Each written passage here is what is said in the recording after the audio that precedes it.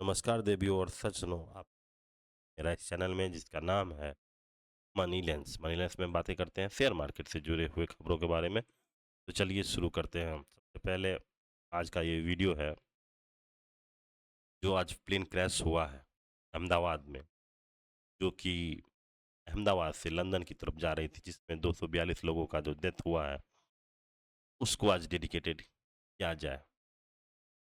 तो जो क्रैश हुआ है वो पहले से ही बता रहे थे कि रिपोर्ट्स थे तो ये बता रहे थे कि इंडिया का जो जितना भी प्लेन है वो अंडर मेंटेनेंस है। कुछ दिन पहले भी देखे होंगे कि कुछ गो एयर के जो मेंटेनेंस के कारण उसके फ्लाइट को ही बंद कर दिया गया था। उस तरह की हर हर एयरलाइंस में ऐसी शिकायतें आ रही थी कि मेंटेनेंस का प्रॉब्लम है, मेंटेनेंस का प्रॉब्लम है। तो जब से टाटा ने एयर इंडिया को खरीदा है तो पहले भी बताया गया था कि सारे जो एयरलाइंस हैं वो सबको वो बदलना चाह रही थी टाटा, लेकिन कुछ पैसे की कंस्ट्रेंट के कारण नहीं है, ऐसा नहीं हो सका। तो अब लगता है कि अब टाटा जागेगी और देश के और आम जनता के जो डेथ हुआ है उसके पीछे अपना कुछ दिल बड़ा कर नए नए फ्लाइट्स जो है वो खरीद के यहाँ पे लाएगी। तो इसका जो है इस घटना का जांच तो होगा ही, फिर से जांच होगा, जांच की रिपोर्ट आएंगी और फिर वो उसको ठंडे बस्ते में रख दिया जाएगा। लेकिन हम इस बार चाहते हैं कि इस बार का जो हादसा हुआ और इसकी जो जांच रिपोर्ट्स आए उसको अच्छी तरह से एनालाइज करके इम्प्लीमेंटेशन कराना बहुत ज़रूरी है, क्योंकि हर रोज़ इस एक तरह के नए हादसे अलग अलग तरीके के हो रहे हैं। तो मेन जो हादसा होने के कारण है, एक है डिले फ्लाइट। फ्लाइट जो है पर डिले हो जाती है। आज मेकअप करने पायलट क्या करते हैं कि और तेज़ी से आते हैं और एक हड़बड़ी जो होती है, कहा गया है कि सावधानी हटी और दुर्घटना घटी। तो एक्चुअली में आप रेलवे में भी देखिएगा कि जैसे जितने भी हादसे हुए हैं रेलवे के, या कुछ दिन पहले जो उड़ीसा में हुए, वो भी लेट नाइट ही हुए थे। तो एक्चुअली में क्या होता है कि दिन में चलता है ट्रेन और उसको मेकअप करने के लिए अक्सर जो है लोको पायलट ट्रेन को रात में तेज़ी से चलाते हैं, या फिर रेलवे की तरफ से भी, लोको पायलट तो नहीं, रेलवे की तरफ से उसमें आवर मेकअप करने के लिए तेज़ी से चलाने का काम किया जाता है। लेकिन उसी में अक्सर ये जो है हादसा होने की संभावना होती है। तो हम जो है सिर्फ ये कहना चाहते हैं कि हड़बड़ी अगर लेट है तो हड़बड़ी नहीं करें, आराम से चलाएं। 1 घंटा लेट ही देर ही भले, लेकिन सुरक्षित यात्रा होना चाहिए।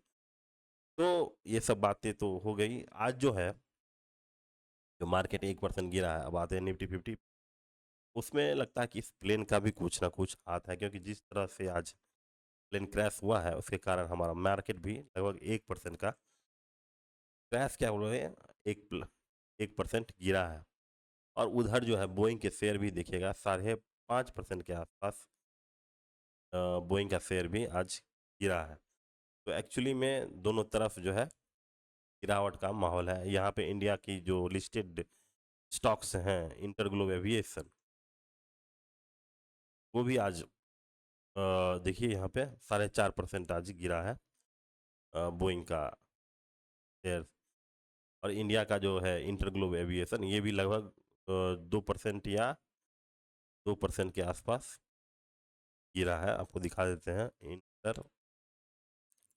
तो एक तरफ से जितने भी एविएशन की जितनी भी स्टॉक्स थी वो लगातार गिर रही हैं। इंडिया की बोल रहे थे, क्या बस एक ही लिस्टेड है, लगभग 3% समझिए, 2.25%, 3%, ठीक है, 3% जो है आज इंटरग्लोब एविएशन का शेयर गिरा है। तो एक्चुअली में आप देखेंगे तो अभी तो जो है इंटरग्लोब एविएशन में भी धीरे धीरे मार्केट इसका भी सरकना शुरू होगा, तो एक अच्छा बाय हो सकता है।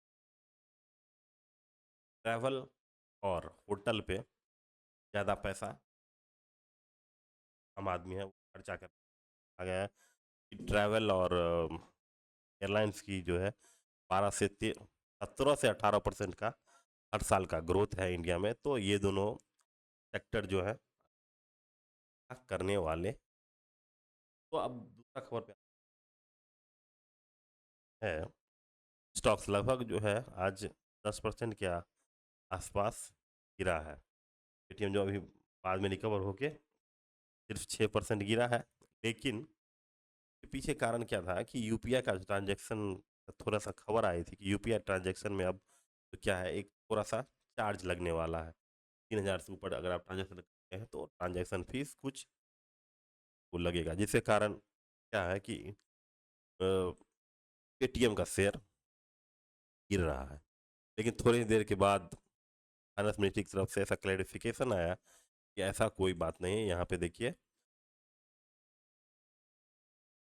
फाइनेंस मिनिस्ट्री ने बोला है कि ऐसा कोई बात नहीं है। लेकिन अब ये समझने वाली बात है कि ये लोग कुछ बोलते नहीं हैं, ये लोग बस एक जो पब्लिक का सेंटीमेंट जानने के लिए ऐसा बोल देते हैं, ऐसा मार्केट में ऐसा खबर फैला देते हैं कि यहाँ पे ट्रांजैक्शन लगने वाला है।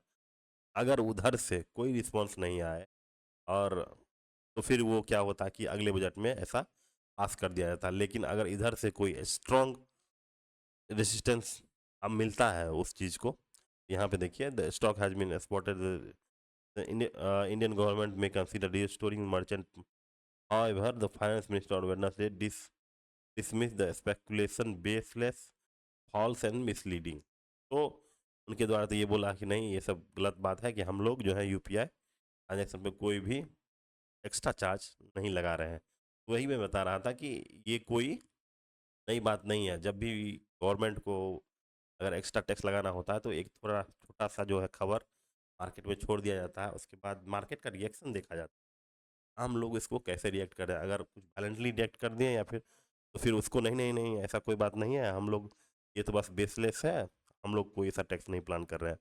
अगर यहीं पे अगर कोई कुछ नहीं बोल रहा है, सोशल मीडिया में कोई कुछ नहीं बोल रहा है, तो वो लोग अगले बजट सत्र में नया नया टैक्स ला ले आते और आप लोगों के जेब पे असर पड़ता। तो ये तो थी पेटीएम की बातें। और एक और चीज़ हम बताना चाहते हैं, कुछ आप लोग सीखना भी चाहते हैं तो देखिए कि अगर कोई स्टॉक्स जो एफएनओ में है, ठीक है, वो कभी भी मल्टी बैगर नहीं बन सकता है। और जो स्टॉक्स कैश में है, का संभावना होता है कि वो जो है हमेशा मल्टी बैगर की तरफ जा सकते हैं। प्रॉब्लम क्या होता है कि एफएनओ में ये आर्टिफिशियल आर्टिफिशियल सप्लाई होता है और डिमांड होता है। आर्टिफिशियल सप्लाई मतलब क्या, जिसके पास मान लीजिए कि शेयर नहीं भी है तो वो भी क्या उसको बेच सकता है, और जिसके पास शेयर नहीं भी है वो भी खरीद सकता है। तो एक्चुअली में एफएनओ पे क्या होता है कि हर एक पुट और कॉल होता है। तो पुट, अगर आपके पास शेयर नहीं भी है तब पर भी आप क्या कर रहे हैं, उसको बेच रहे हैं। तो आर्टिफिशियल क्रिएट कर दिया, आर्टिफिशियल सप्लाई कर दिया, और एक तरफ क्या हो गया, आर्टिफिशियल डिमांड क्रिएट हो गया। और हर एक पोजीशन, अगर एफएनओ का स्टॉक्स है, ज़्यादातर समझिए कि निफ्टी 50 के मिड कैप के जो स्टॉक्स हैं वो सब एफएनओ में आते हैं। तो क्या होता है कि हर एक लेवल पे, क्योंकि उसके 50, हर एक 50 पॉइंट पे एक लेवल होता है, हर एक लेवल पे कहीं ना कहीं क्या होता है कि कॉल और पुट वाले बैठे हुए रहते हैं। जैसे ही अगर मार्केट ऊपर गया तो क्या होता है कि कॉल वाले बेचना शुरू कर देते हैं, फिर उसको नीचे कर देते हैं। तो एक्चुअली में हर एक पोजीशन पे आदमी बैठा हुआ है जो जो हमेशा स्टॉक्स को बढ़ने ही नहीं देगा। तो यदि आपके पास अगर एफएनओ वाले स्टॉक्स हैं और सोच रहे हैं कि इससे हम मल्टी बैगर बना लेंगे, तो ऐसा नहीं हो सकता।